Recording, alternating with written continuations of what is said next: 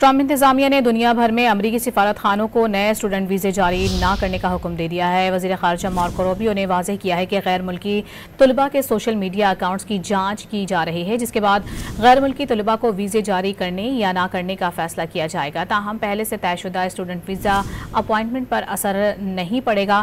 محکمہ خارجہ کی جانب سے سفارتی مشنز کو بھیجے گئے میمو میں بتایا گیا ہے کہ یہ حکم آئندہ ہدایت تک نافذ العمل رہے گا۔ یہ اقدامات امریکی جامعات میں یہود دشمنی سے نمٹنے کے لیے کیے جا رہے ہیں۔ ٹرمپ انتظامیہ نے دنیا بھر میں امریکی سفارت خانوں کو نئے اسٹوڈنٹ ویزے جاری نہ کرنے کا حکم دے دیا ہے۔ وزیر خارجہ مارکو روبیو نے واضح کیا ہے کہ غیر ملکی طلباء کے سوشل میڈیا اکاؤنٹس کی جانچ کی جا رہی ہے، جس کے بعد غیر ملکی طلباء کو ویزے جاری کرنے یا نہ کرنے کا فیصلہ کیا جائے گا۔ تاہم پہلے سے طے شدہ اسٹوڈنٹ ویزا اپائنٹمنٹ پر اثر نہیں پڑے گا۔